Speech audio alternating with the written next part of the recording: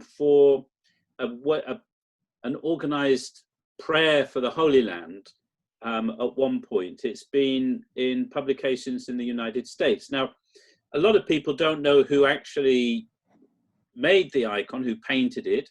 And I'm not telling you I'm painting it to sort of give a bit of publicity, but more because to try and understand the power of iconography, I think it's a good place to start. The picture that you see here, is before Pope Francis's visit, and at that point the Israelis painted over the dragon that you see there. But actually, when it was first painted, this became a really powerful symbol of the spirituality of Christianity and how it's been such a strong force in helping some Palestinians to cope with the occupation. The dragon come beast come serpent, whatever it is that you can see on the wall there, actually is was full of children that had been eaten by it. And the inspiration behind this icon was a talk that was given by Pope Benedict, and he was speaking about attacks on the church, on Christianity, and on especially Christians in the Middle East. And in the context of the occupation, the imagery that he was invoking was from the book of Revelation, where there was a woman clothed in the sun who was chased by this beast that wanted to devour her child. And the woman gives birth with great pain. So it's this sort of apocalyptic imagery from the last book of the Bible. I took that and united that with an old Russian icon, which is called Console Me. And it shows Mary weeping at the suffering of her child. And so if you look at the face on this icon, Mary is crying. Now, I've got a closer picture somewhere, I think, of it. I hope. Let's see if I can find the, I think it's sort of moved a bit.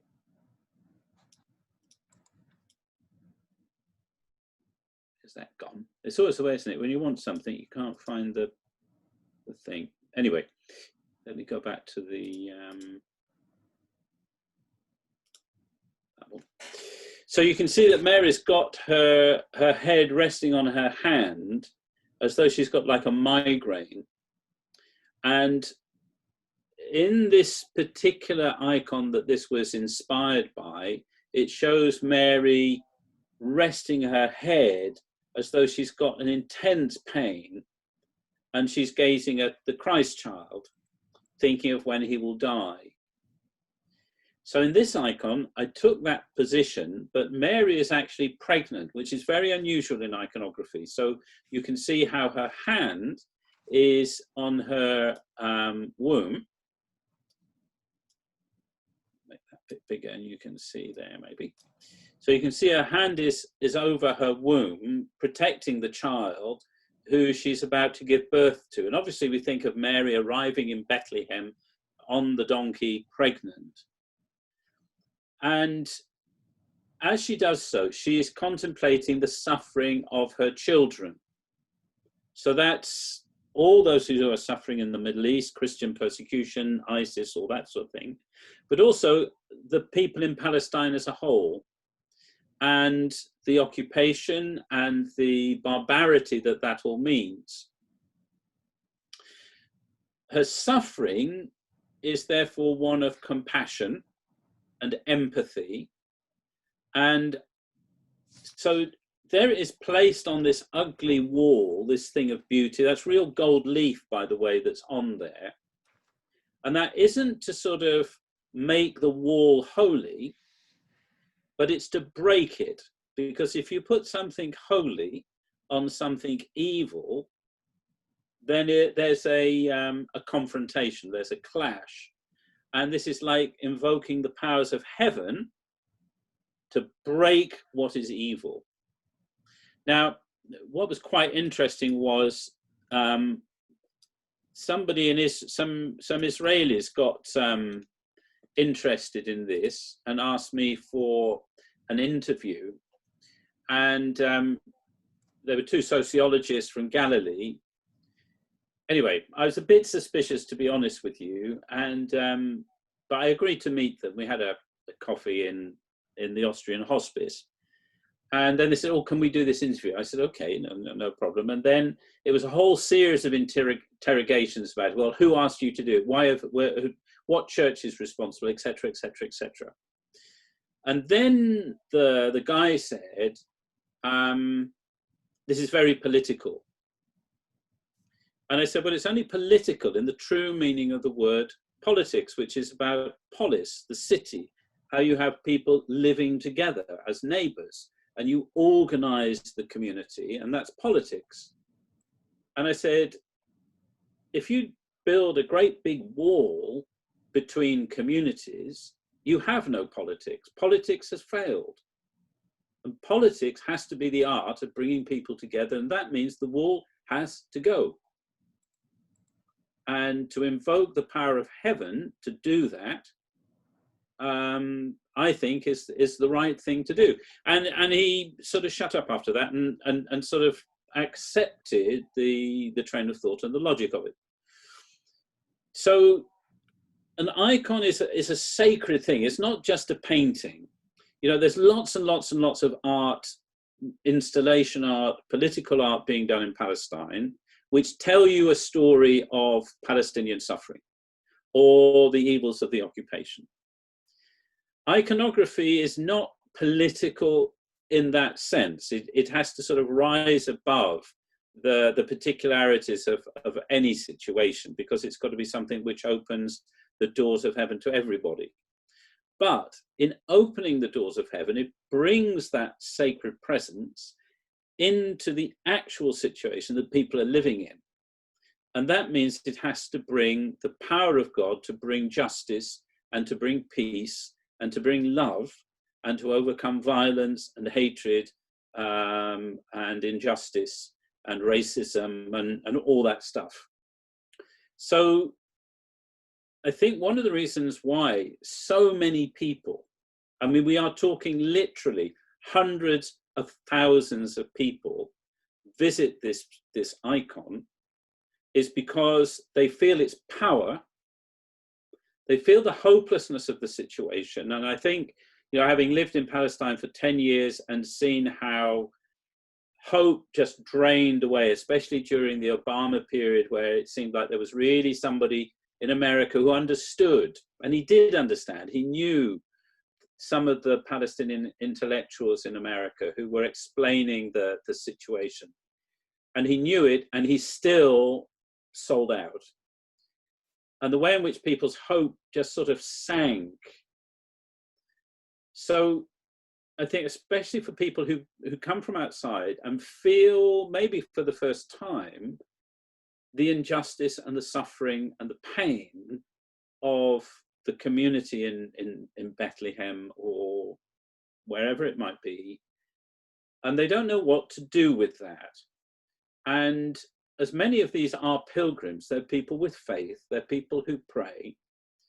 So going to the wall and finding this, suddenly there's this image of this mother of hope, this mother that's warm, that's strong and beautiful, and is somehow touching into that pain and suffering, really resonates. And somehow it gives people who have been scrabbling around to find a way to come to terms with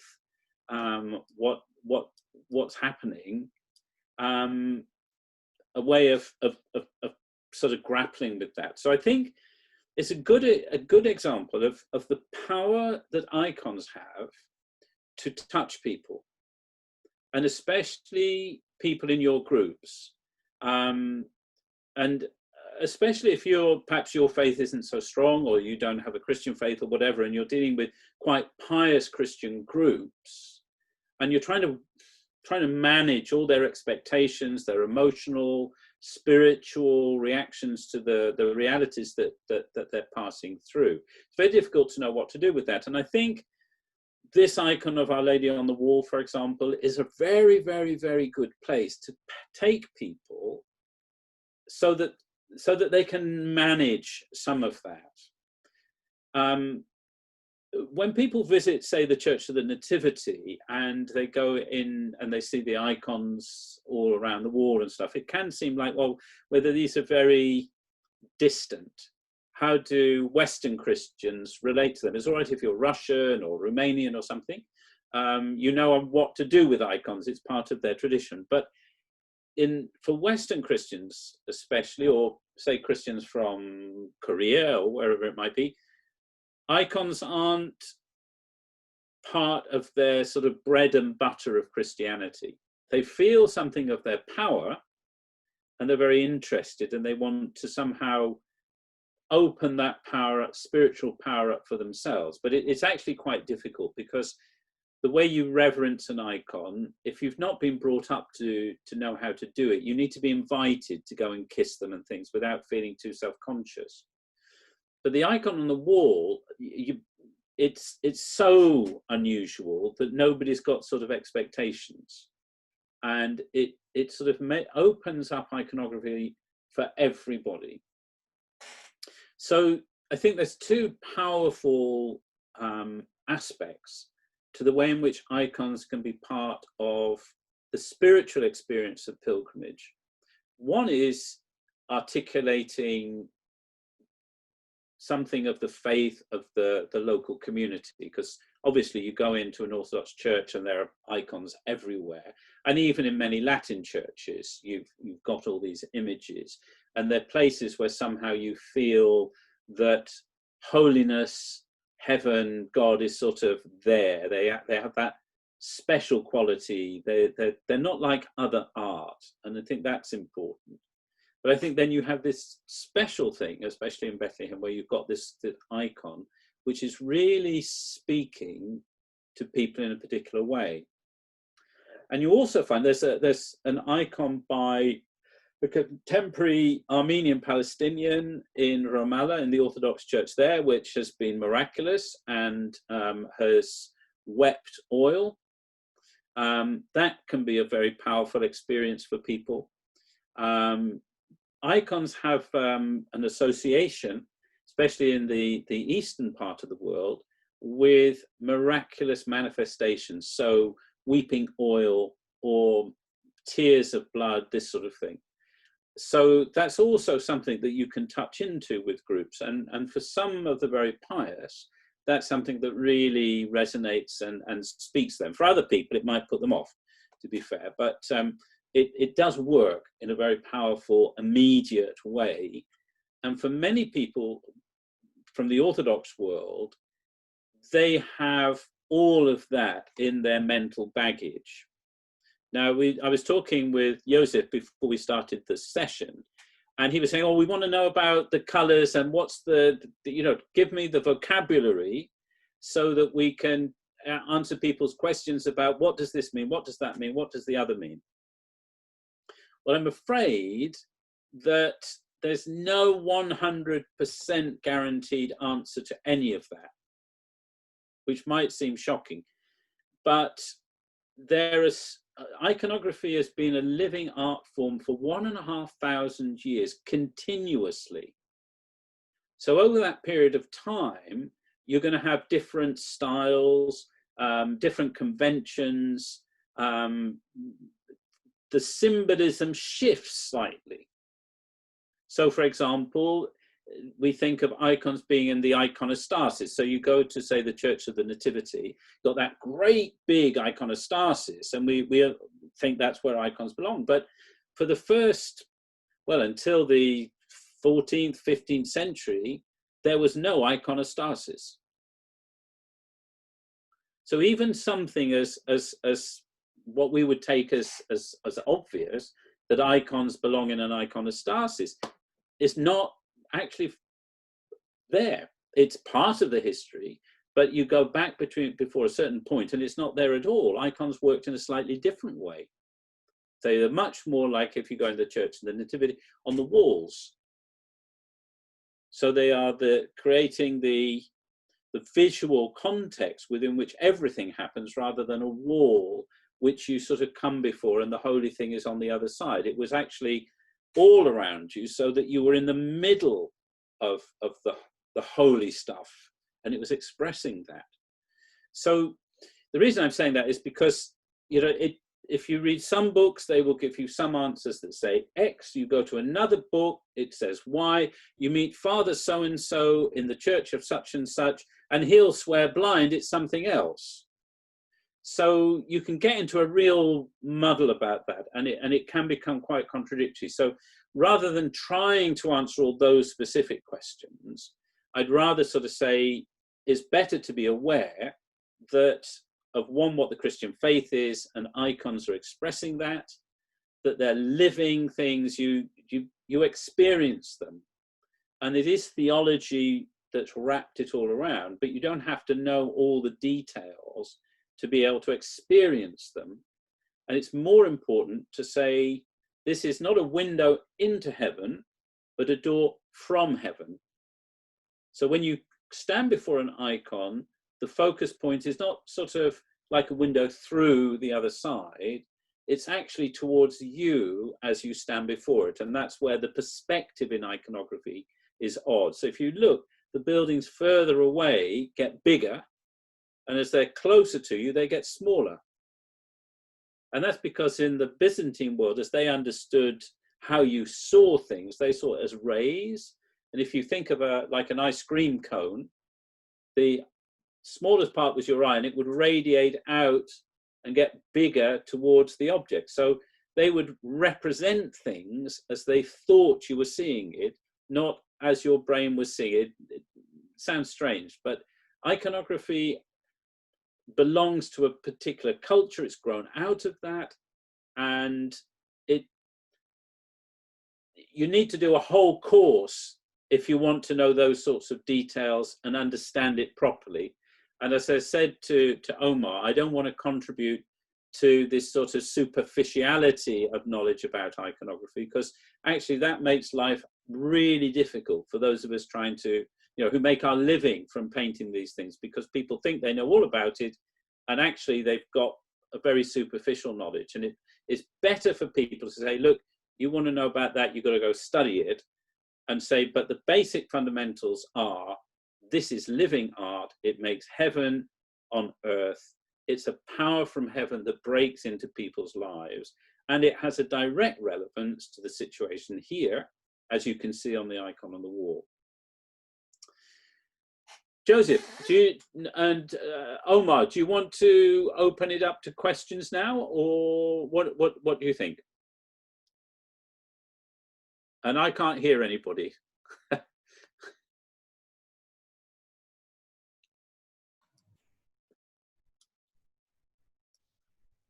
Hello, Omar?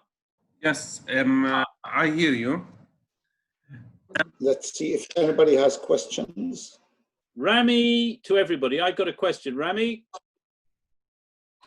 So, I mean, it is how we will do it is that it's, I recommend that people write their questions in the chat, so that okay. There are a number of questions that we have received already. So I have also some personal questions, but so the questions are, where is this icon exactly? And I think somebody has answered close to checkpoint 300.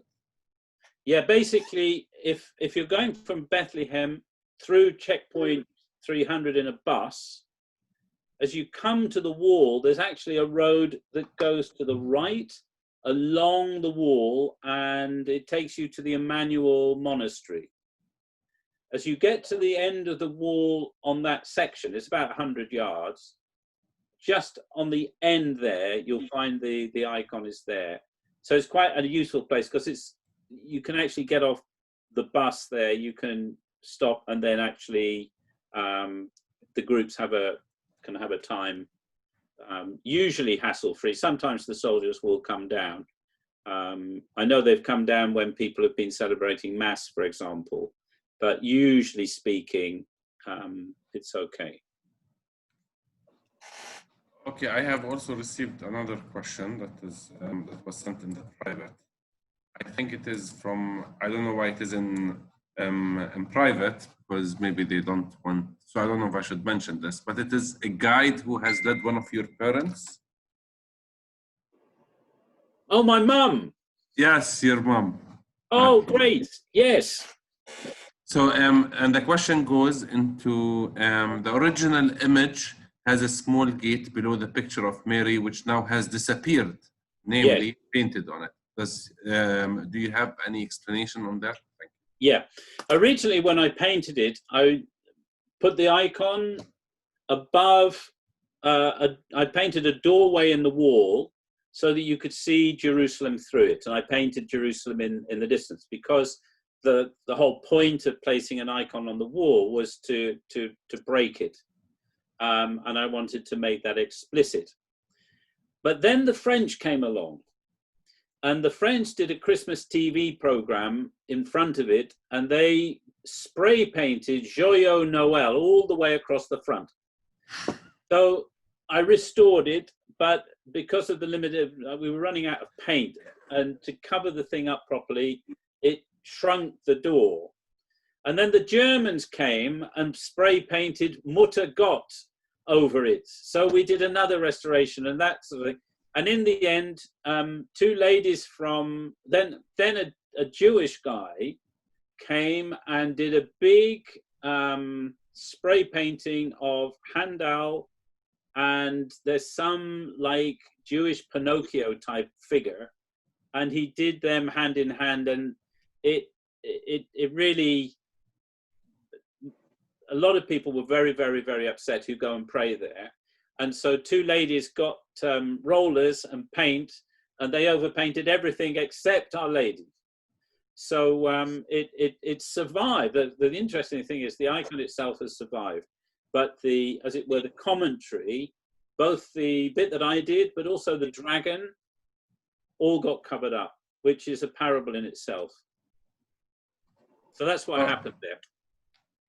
So here's another interesting question.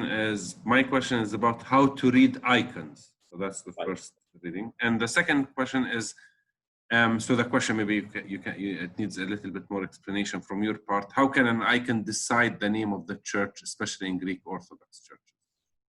Okay, so reading icons is the first thing is the name. And every icon has to have, if it's a real icon, has to have the name written on it. So it will say the Holy Theotokos in Greek letters, Mater Theou. Or it will have the initials for Jesus Christ, or it will have whoever the saint is. And it might be in Arabic. So if you go to Mar Nicola in Bejala and you look at the icons in the dome, you see it's all written in Arabic. Likewise, the Emmanuel Monastery, which is right next door to where Our Lady on the wall is, all the inscriptions are in Greek and Arabic. So that's the first thing. You don't have to be clever in terms of reading signs and symbols. It's very clear. It will tell you who the saint is. And that's all that you really need to know, because the icon isn't there to be a work of art. It's not like going to an art gallery and you see a painting on the wall which you have to interpret. The icon is humble. There's a big controversy in the Orthodox world about whether you could have icons at all. And the worry was that this became an idol, because it was so holy, because the people prayed with it and so forth. Was this an idol? And the church was very clear, no, this is not an idol. It's wood, it's paint, and they're made by human beings with human hands. But when they are painted according to the church's theology, so Jesus is true God and true man, Mary is the mother of God, the Mater Theou, and so on, then they make present, they're a door through which those sacred people come to meet you. So rather than trying to do a sort of art gallery trip where people decode what things might or might not mean, and there can be all sorts of levels of meaning in an icon, in the few minutes that most pilgrims have in a church, you're not going to be able to do justice to that. The most important thing is that people realize that when they stand before this icon of Jesus or St. Peter or whoever it might be, they are at that moment given an opportunity to meet that person, to go beyond the matter of the icon, the wood or the paint, to actually engage with the saints. And that's why we venerate the icon. So if you're taking a group in, then it's very important people show respect for the icons. They might not kiss them or bless them, but if they wish to, then they should be encouraged to. But certainly they shouldn't just be sort of picking them up and putting them down and going up and poking them, or, you know, just treating them as though they're just in an art gallery, because this very, very much is not that. Once you've got to that level, there are certain things that help you understand the particular icon. So St. George, for example, is shown quite often dressed as a soldier. Why? Because he was a martyr, and he was martyred as a soldier, because in the Roman period, if you were a soldier, you were expected to make a sacrifice to the gods. He became a Christian. He refused to make the sacrifice. He refused to honor the emperor as a demigod, and therefore he was executed. So he's shown as a soldier, but not as an earthly soldier, but as a knight of heaven, as a part of the hosts of heaven that are fighting against Satan and what's evil. And then you can take that into different circumstances. So Omar was talking about an icon that I painted of St. George fighting the dragon, and I had St. George spearing the dragon and falling against a section of the wall and breaking it. So you can sort of, even that was pushing things a bit, but you can push that in there. And in fact, I can, if I show you another one that I did in, where's my, here we are. If you look at this icon that I did in Bethlehem at the Bethlehem Icon Center, it was the chapel, now they've made it into a shop. But if you look here, here's Mary in a transfigured version of the Church of the Nativity. So you've got the columns, you've got the pinnacled roof, you've got on the side here the Latin bell tower. On the right-hand side, you've got the tower of the Orthodox monastery.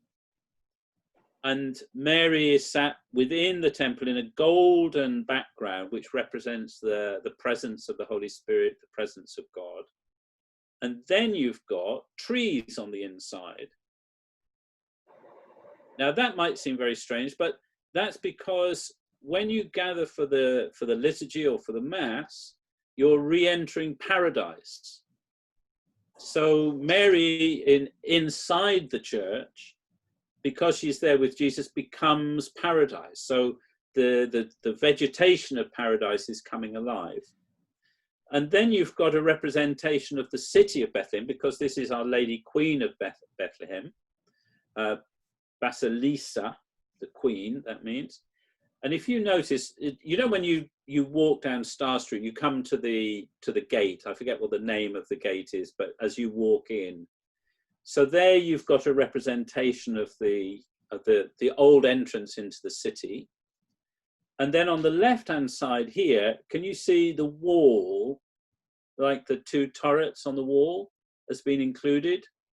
But again, you've got windows broken into them, and it's decorated, and they're filled with, instead of grey, they're a light filled, because the idea is that the icon shows you transfigured reality. It shows you what God is really doing. It shows you where our destiny lies when there's a new heaven and a new earth. So that's another example of how, certainly in my iconography, there aren't many people who would do this, to be fair. So, you know, some people might be a bit upset by it, but I think when you understand the tradition, this is how you can use iconography to really articulate the way in which God becomes present, is incarnated, and meets people today in their actual situation. Sorry, George, Omar, that was a long answer to a question.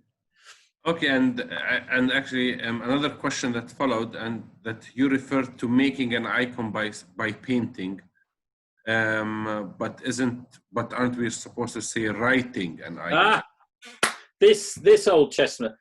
I paint with I make icons with a brush, and the last time I knew, when you use a brush, you paint. So it's just, and I make paint, and I use paint to paint on a board that is an icon.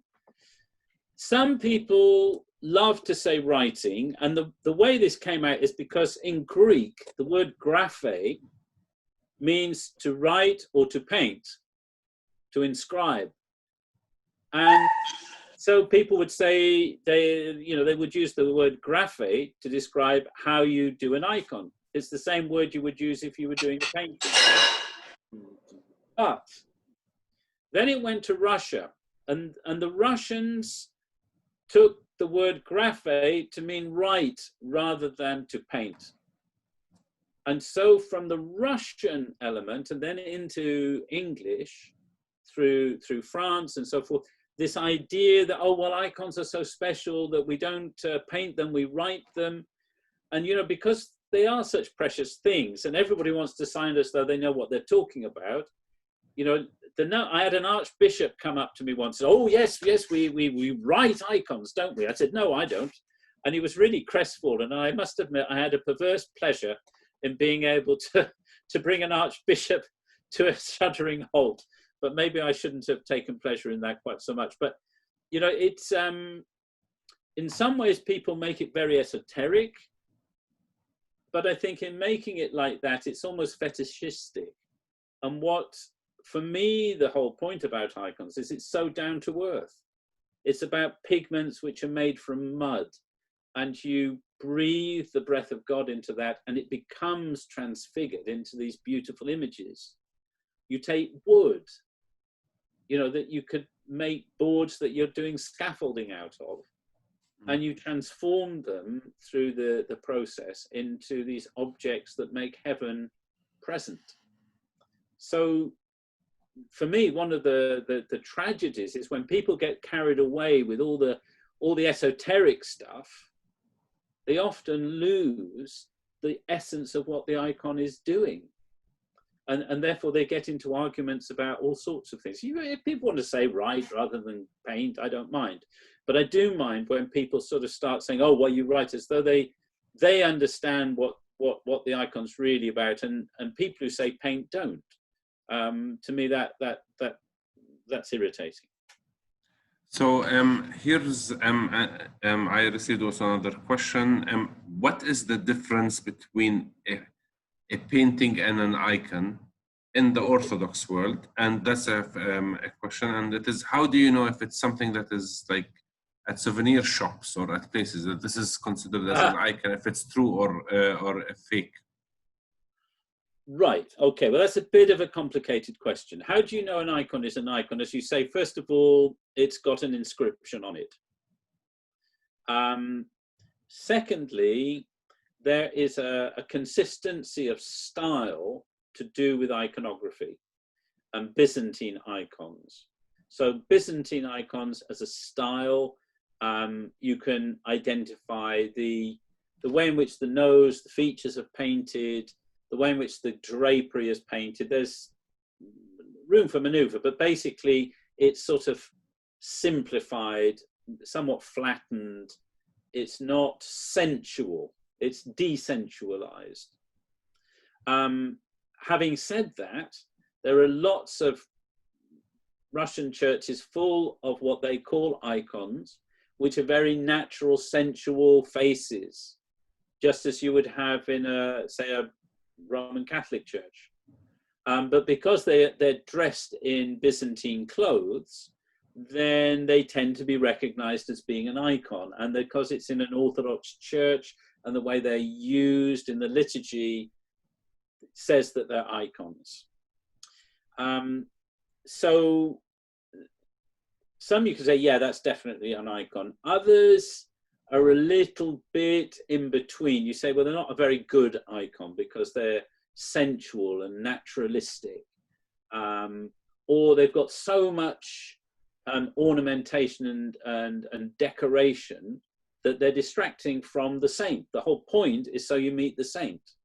It's a bit like, and I don't know, in one of those weddings where the bride is covered from head to foot in jewelry and you can't actually see the person you're marrying. You know, you want to see the face, the person. So there's quite a bit of parameter, but one of the, if you see something with no name on it, that's really, to be fair, a holy picture, but it's not really an icon. Now, when it comes to the tourist shop, it's an absolute nightmare because there are so many fakes. Even if it looks like a really old Byzantine icon, it may well not be. And I would say now, because of the way the market shifted in Israel, because of the Russians coming in and they sold off all their icons a good 10 years ago, if you see something that is being claimed to be a 19th century, 18th century icon, it's a bit dubious. And I had one of my students who was an American, and she'd got to know this icon seller in the old city of Jerusalem, and she knew him over a couple of years, and he sold her this icon, and she brought it to me. She was absolutely ecstatic because she loves icons. And as soon as I took a close look at it, that was not 150 years old. And when you paint it, you sort of get an eye for things, and it's difficult to explain that to somebody who doesn't have an eye, you know, doesn't see that. And you know, there's so many people trying to make a fast buck out of pilgrims that it's a real temptation. So I advise people just assume it isn't, and let them, you know, produce a certificate from the patriarch of wherever church it belonged to in Montenegro or wherever it's supposed to come from. The other thing I would say to people is, look, an icon is something to enable heaven to come to the earth. And it's not going to be more holy because it's 100 years or 200 years old. And it's not necessarily going to be a good icon if it's 150 years old, because about 150 years ago, the standard in iconography across the world was very poor. Combination of Peter the Great in Russia imposing Western values and Western art from Italy, the troubles of Greece as it was struggling to find its independence after years of Ottoman occupation, the dominance of Western culture, and with that Renaissance style and Baroque style art, all of this left iconography really hold beneath the water, and people were either just blindly copying without really understanding what they were copying, and therefore losing some of the wisdom that had been preserved, or they weren't really interested in painting icons because they thought they looked, you know, not good art because the faces are strange or the figures look different and odd. And so they were pushing it towards a more naturalistic sort of art, which while it can work as an icon, it's not so powerful, because if you look at a painting that's photorealistic, it's designed to trick you into thinking in your head it's to be an illusion of reality. But the point of the icon is not to be realistic, just to simply tell you that here you can meet the Virgin Mary, or Jesus is really here. You don't need to imagine him in your head because he's actually miles away. He's actually here, and the icon is just to sort of catch your eyes, to catch your attention to the divine presence. So you don't want it to be naturalistic, because that becomes a distraction and it starts doing things in your head. You're imagining things rather than actually focusing on the encounter. Sorry, did that answer the question? Yes. The issue is that we're having many questions and you're asking long answers. I know it's. Yeah. But I want to just so it's either we need to say that we're going to be sending you again the questions and you'll answer the questions that we will not be able, or we have to make it shorter questions. Do you have any specific? So let's try for questions that would have an easier, a shorter answer to use, and then we could go back to one of these questions. All right. So so another question: do you think that icons are important in drawing the stories of the past? Not all of the saints are, not all of the icons are of saints, but are also depicting specific biblical stories. Yeah, I mean, they feature as to make Christ present. And when Jesus when the gospel is read in the liturgy, you are hearing Jesus speak. And when you look at an icon in the church during the liturgy, you are meeting Jesus, who is present in the sacrament. It's like Jesus comes to you as he comes in lots of different ways. So he comes through the story, you hear him speak to you, and in the image you find yourself meeting him as in that context of the story was written. There you are, that was quick. Yes, it is. Here's an interesting question for some people. How do you decide the price of an icon? In souvenir shops, they all say that these are coming back from the 18th century. I mean, it's how does somebody, like, I mean, it is when you have a number of, and if you bring a group and somebody asks, this is for $1,000, and you ask, and the group would ask the guide, is it a fair price? Should they say yes or no? On what basis? Don't get me into that. I'm not going to answer that. You know, I've answered that already, and okay. I actually think icons are sacred and they should be sold honestly. And I just don't think the market in the tourist sector has that sort of depth of integrity. So therefore, I would say don't bother to that. Order one from me, then you know it's genuine, and the prices are good. So. Okay. What was the most woods that's been used for painting the icon in the past? Okay. Linden wood, also known as lime wood, was the dominant wood in Europe. Sycamore is another one. Cherry wood. Basically a hardwood that's going to be resistant to bugs. But sadly, many icons were painted on just bits of wood that people had around. So, for example, pine. And that's why you'll find, you know, the boards bend, they warp. Many icons have done that, and that's often because they've used a softwood. Maybe it's the only wood that they had at hand, but that's why it gives way after a while. So the best woods are a hard, light, durable wood, like lime wood. That would be the best. Okay, here's I don't know it is if you want to answer this question, or I mean it is how you will answer it. What is the difference between icons and statues from a spiritual point of view? And okay. Another question that is related, why Orthodox don't use statues but only icons? Okay. In the West, they didn't have any hang-ups about using images, be they flat paintings or statues. In the East, there was more of a problem, and there was a civil war called iconoclasm, which lasted over 150 years. A lot of people got killed, and it was all about images and what you could use. So people got really sensitive about statues because it suggested they might be idols.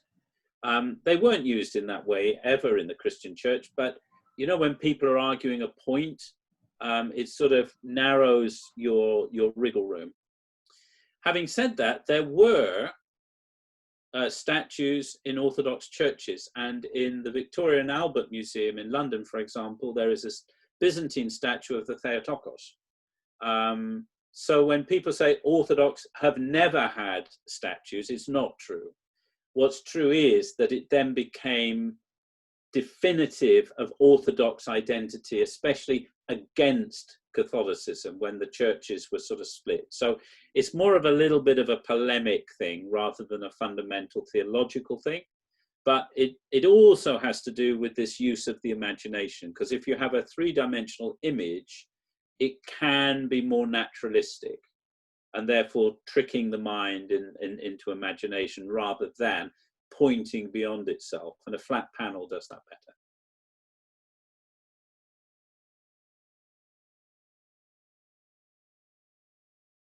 I can't hear you, Omar. Oh, sorry. There is a question. I'm trying just to change the topics with the questions. There's a question that is in Arabic. Are there differences between icons from churches for, I mean, Oriental Orthodox, Coptic, Armenian, Greek Orthodox? Yes, yeah. And the second question is there anything that is not allowed in icons? Like certain drawings that are not acceptable in icons? There are different styles of church art. Let's call it church art. So you go to the Armenian churches, for example, and you get a distinctive style of art, which aren't icons as such. It's really more narrative art. So it's art telling you the story of Mary or whatever it might be. Coptic art is closer to Byzantine art, but has been really influenced by native Coptic art pre-Christian, and so it's developed its own sort of simplicity. But they would be classed as icons, and those who paint them today very much count themselves as icon painters. Sorry, what was the second part of that question, Noah? Are there certain things that are taboo, are not allowed to be drawn in an icon? Well, yeah, definitely. I mean, you wouldn't put Masonic symbolism on it, for example.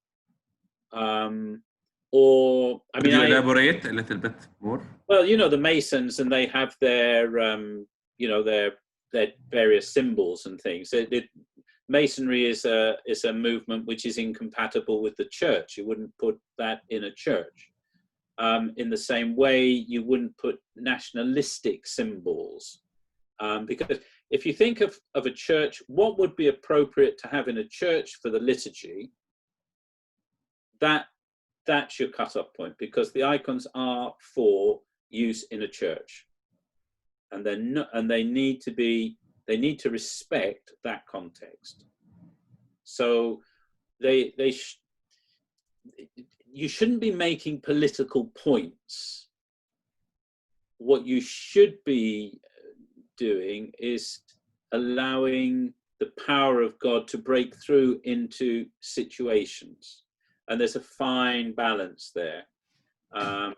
So, you know, you do get some people who take iconographic symbolism or style and then try and make a political point, because what they're trying to do is modern art.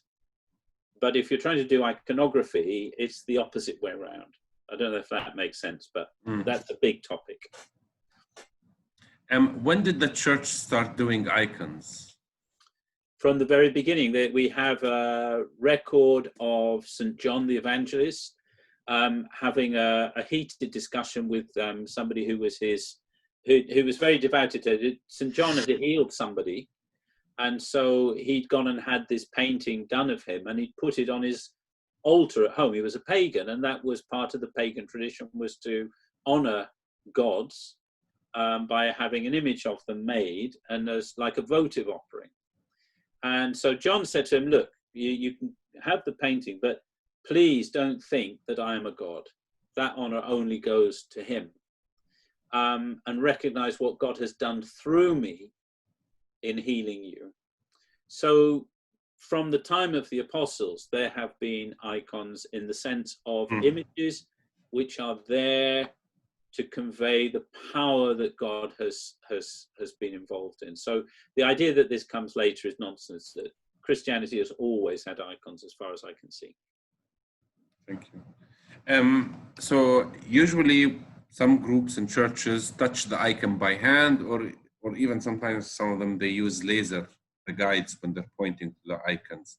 Does this damage the icon or affect the colors? I don't know about lasers. I'm not a scientist, but I assume that it wouldn't do any damage. I've seen them used in the like the British Museum and stuff like that, so presumably that's all right. I don't think that would do them any damage. It's a good way to help people to see what's there, because they can be quite confusing. So as long as they're not burning the surface or something, I should think they're all right.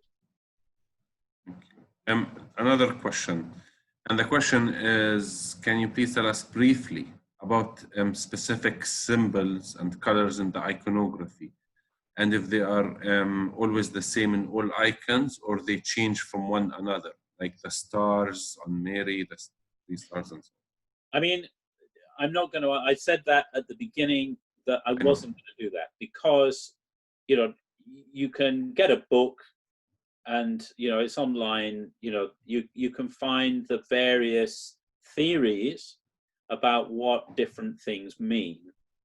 And for example, most people would say that the red garment of Jesus represents his humanity, it's the color of blood, and the blue garment represents his divinity. But I've seen it in quite authoritative books stated the opposite way around.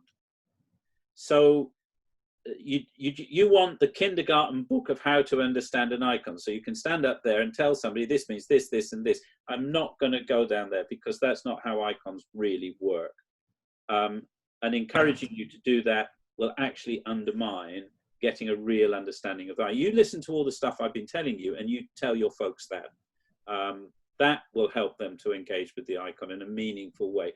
And then they can understand those bits and pieces for themselves. And I think part of what we have to understand is, you know, because these are living sacred things where people meet God, you know, you give all sorts of meaning to the process. So for example, you take a piece of wood, you put on it a piece of cloth, which you then cover in this gesso, which is a chalk or marble dust, and then you paint the image. And one way of reflecting on that is it's the wood that Jesus died on. He was placed in the tomb and wrapped in a cloth shroud. Then the tomb he was laid in was a stone cold tomb, just like the gesso. And then when you paint the icon, it's like the resurrection. So there you are. There's something you can all remember, and you can trot that out. Everybody will be impressed. No problem. Okay, you've got your little thing, and but that's a meditation. And don't ever say that is why they do it that way. It's not. It's we do that because that's the best way to do the painting, but we do it as a meditation, and that's a great way to sort of hang this process as something that really is being offered to God and entering into the mystery of the Christian faith. Okay. So I mean, just for the sake of time, so any questions that you have covered, or at least made it very clear that you don't plan on answering, so I will just skip it. Is there a difference between the faces and icons? For some saints, they have, or I mean, they have a round face. Some icons would have the face. Yeah, no, I mean, iconography is true to life. So if you look at the icons of St. Paul with the beard and the bald head, if the earliest example we have a painting of St. Paul is in the catacombs in the early 3rd century, and he looks just the same as he does being painted today. So there is a very clear tradition that the faces of the icons match the way people looked in history. When you haven't had a record of that, then you have to do something generic, and you'll just do a general male face. If it's a man who is a monk, he'll have a beard and so forth. But when I'm painting somebody I know. You know, the saints are living people. So I'm trying to allow them to influence me subconsciously, and to shape the image and allow them to paint it. So there's a sort of mystical thing in there as well. One thing I would say, it's come up a couple of times in the questions. I left the Icon Centre a year ago, May, and it was taken over by business people who didn't agree with me. So it was a bit of a mafia moment. And I just decided, well, I wasn't going to fight people with lots of money. So I thought it was easier for me just to back out. So the Icon School that I founded no longer exists in Bethlehem. I now teach online. I've relaunched my teaching as the Bethlehem Icon School online, and people can take courses with me through Zoom, just like this. So that's proving very popular. We have up to about 90, 100 people doing that, and that's open to everybody. And the Icon Centre still exists there, and Myrna, who's the manager there, is a lovely person. She was one of my students, and they are trying to get somebody to teach. They've had a couple of people coming to teach since I left, but it's not what I set up. And I just want to make that clear. And when you go there, they don't really want to talk about me. They're talking about what they're doing. So that isn't the same as what was there before. That's changed. One question: do you teach conservation of icons? Do you also teach whether on Zoom or any place, or only just the painting or writing of icons? And when is the next courses? Restoration is a specialist scientific art. You know, it's very different to being an icon painter, because it's all about chemical processes. If you're dealing with icons which are really old and valuable, I wouldn't touch them. And you really should send them off to Italy or Greece or something like that, where they have laboratories, and it'll cost you hundreds of thousands of pounds maybe to get the work done. However, most people's icons that are maybe 100 years old really aren't very valuable. They're certainly not worth the money that you'd have to pay to have them professionally restored. And so occasionally I do restoration work. I enjoy it. I mean, I understand how an icon is painted. I know the materials, so I will do that. But I don't teach restoration. I teach how to paint icons to a professional standard. And I'm just running now a 2-year ongoing course, which is just the basic introduction. We've had 8 weeks of just the basics, how to use brushes and things like that. That sort of knowledge would skill you to be able to do some restoration work if you had a good basic talent.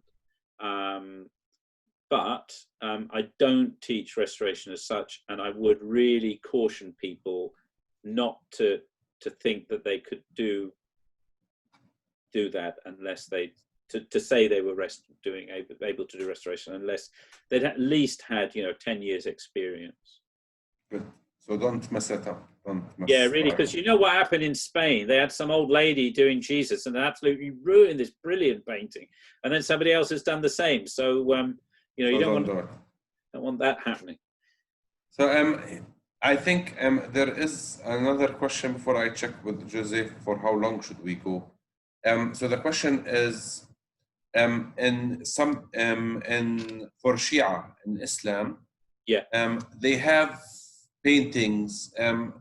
have this any connection to iconography? Has anybody done similar research, or you have no clue? Well, I mean, the relationship between Islam and art in general is really quite interesting. And there is a tradition within Islam that when the Prophet Muhammad cleared out the Kaaba of all the idols, there was, I think, an icon of Abraham sacrificing Isaac. And he said that had to stay. It's Mary and Jesus. No, there was one of, definitely the one of Abraham. It was an Old Testament one. There might have been one of Mary and Jesus as well, but it was something to do with the sacrifice of Isaac. Anyway, whichever one it was. So there is this tradition that within Islam, whether it's Shia or Sunni, the Prophet had allowed, at least at some point, holy paintings and pictures to exist. Now, obviously within Sunni Islam, that died out very quickly, and there's a whole thing about images, and there is quite some evidence to suggest that the iconoclastic civil war that I was talking about in the Byzantine Empire, which went on for 150 years, was in part caused because there were all these Islamic victories against the Byzantine Empire, and some people were saying, "Oh, this is because we're worshipping, we've got these icons, and we're doing all this stuff with images, and it's going against the Ten Commandments, and that's why the Muslims are winning." So there is some connection there. But as for Shia, they allow images, but interestingly, like the face of the Prophet is never painted, it's always veiled. So there's obviously some sort of sense that you don't show the face, which would marry within a sort of Sunni way of seeing things. But I don't think you've got a direct connection between iconography as it was in the Eastern world at the time and what then emerged as Shia Islam, as far as I could tell. Abu Simon, for how long should we go? Because there's 31 questions more. What? There is one very interesting question. Can you read it, Omar? It's from Osama M. It's an interesting question, if you can just... Okay, there are a lot of stories, myths going around about icon writing, but we don't know which we can believe. For instance, that's the question? Yeah, I see it. Do icon authors really fast before writing? Do they go, are all icons by definition copies? Is gold an indispensable part of an icon? Is the advocata really St. Luke? Oh, okay. Right, this is a good question. And we're getting into something that I think is really important. And I was sort of touching on it before. The tendency for faithful people is to be very credulistic. We believe anything. So, you know, somebody cuts through a tree and it looks like the Virgin Mary, and everybody's sort of going hyper on Facebook. I talked to two guys who made some boards for me once, and they said, "Oh, why you have to put two buttons on the back of the icon?" Well, I know why. It's to stop it warping, because of the two natures of Jesus. Now, that's a nice idea, but it's not why we do it. But it is an indication that because icons are holy, people start adding anything onto it very, very rapidly. And it's a sort of superstition. And it actually, in the end, takes away from the power of the icon, which is sort of what I was talking about before. And there are some of the leading iconographers today, people like George Cordis, Ivan Polovalari, one's in Greece, one's in Italy, and they've got some interviews on YouTube at the moment. really speaking out against this sort of the superficialities of icon painting being made into something more than they are.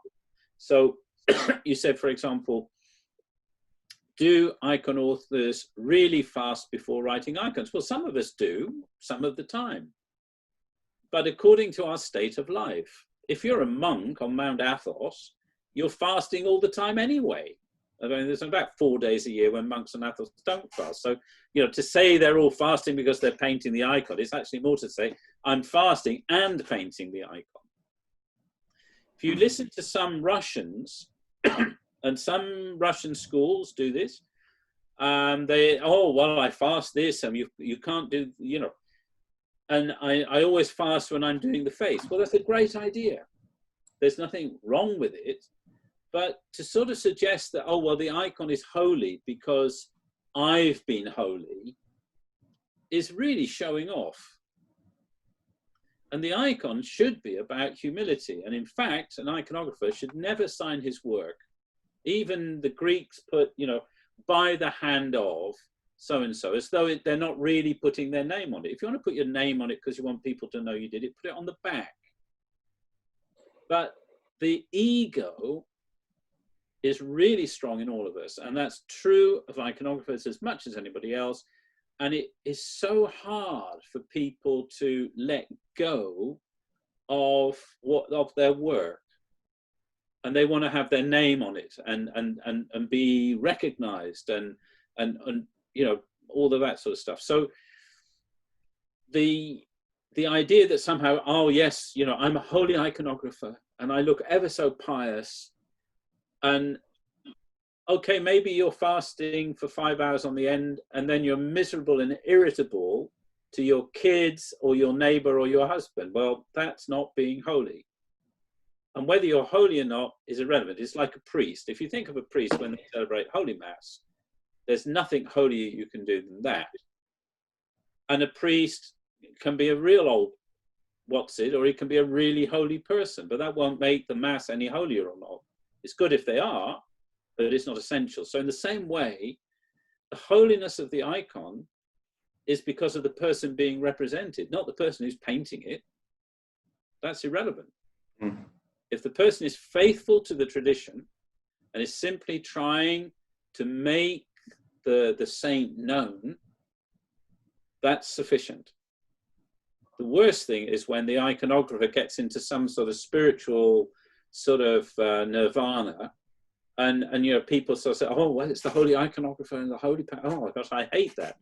And all the iconographers I know who are really good, all of us hate that because it's so superficial and false. Because we just skipped 2 questions, and I think we will have to end here, and we will send everybody, we'll send you the questions. I'll ask with Joseph, maybe we need to make another session and open up the questions, or if you would like to answer 50 questions, it's up to you. So here's the question is, these are the 2 questions. Does the I in the Orthodox Church mean anything in icons? Ah, yes. And here's the other question. Can you give us an idea about when you were teaching iconography in Palestine? How much was it interesting for the locals, this work? Okay, let me answer the last question first. We had, I don't know, maybe 200 people come as local people, as students over the 10 years that I was teaching. I always did it in small groups, and my aim was to create people who could be professionals, because the vision I had was to get iconography going, not just as little individuals here and there, but a real like confraternity of people who were supporting each other and working together, and who would have an international market rather than having to work through the tour, you know, the big tour shops, because you never make any money and they screw you into the ground. And I know you all know the situation, so I'm not going to go into it, but you can't make a living if you're being screwed to the ground. And, you know, an artist deserves his wages. not to be rich, but to be able to support his family and live with dignity. So that was my vision, and we almost got there.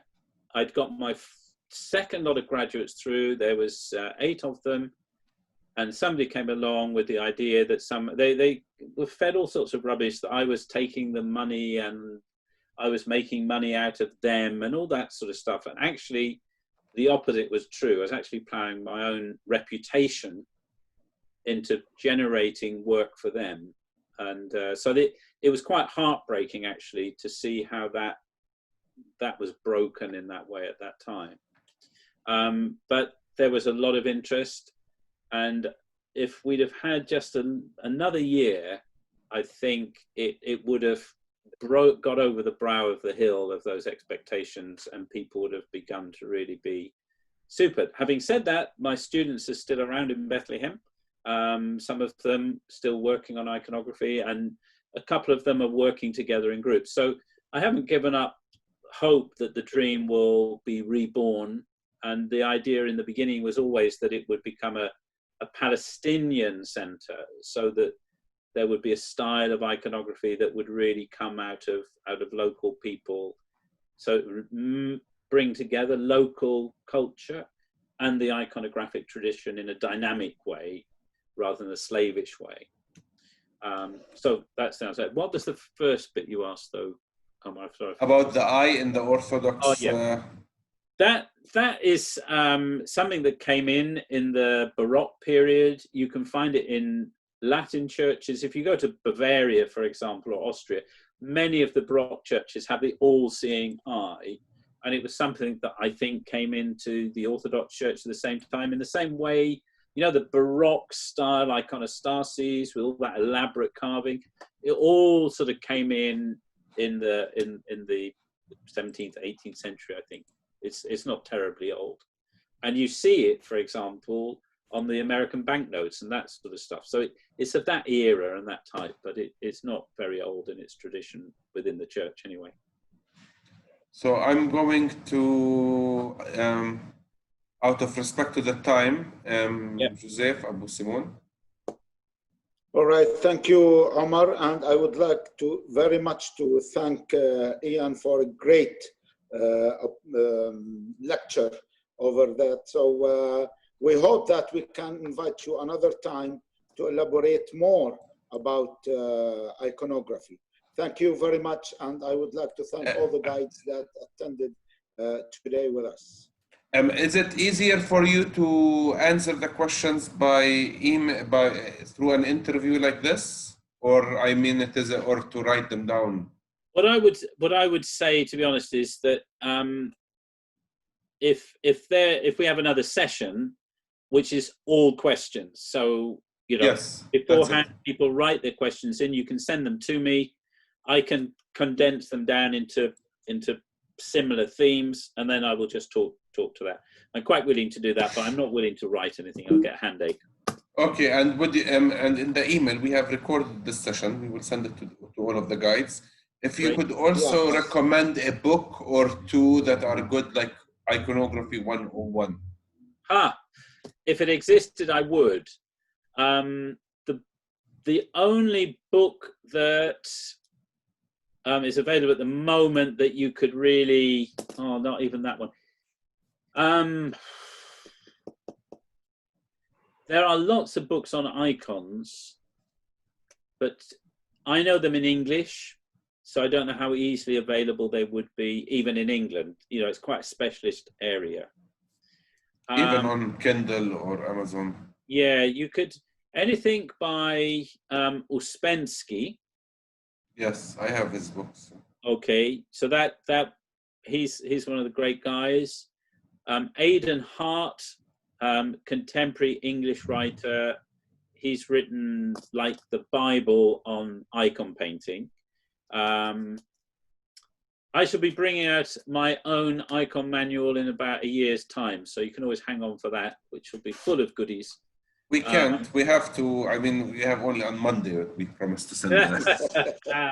So please, if you could, like certain books that you have read and that you could recommend, whether they are in English. I would recommend, actually, there is one source that I would recommend, and that's the Orthodox Arts Journal. It's online. It is not subscription.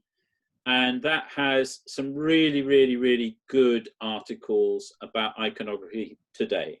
And that would be the best place to start, because otherwise it's so specialist, it'll give you a headache. Thanks, Kevork. Thank you very much. I will indeed tell her that you were at the lecture. That she'll be very, very impressed. Thank you. Thank you very much, Ian. And I just want to say, I mean, out of Ian is a rebel also with iconography. You are not very traditional Orthodox. I mean, but I find it very inspiring and amazing and beautiful, and I'm a big fan of you. But it would also be nice, maybe in one of the sessions, we also bring somebody who is more Orthodox, just a way to understand. Maybe, yeah, the good guy would be, if you wanted somebody, then somebody like Gabi, the Armenian guy, he's good.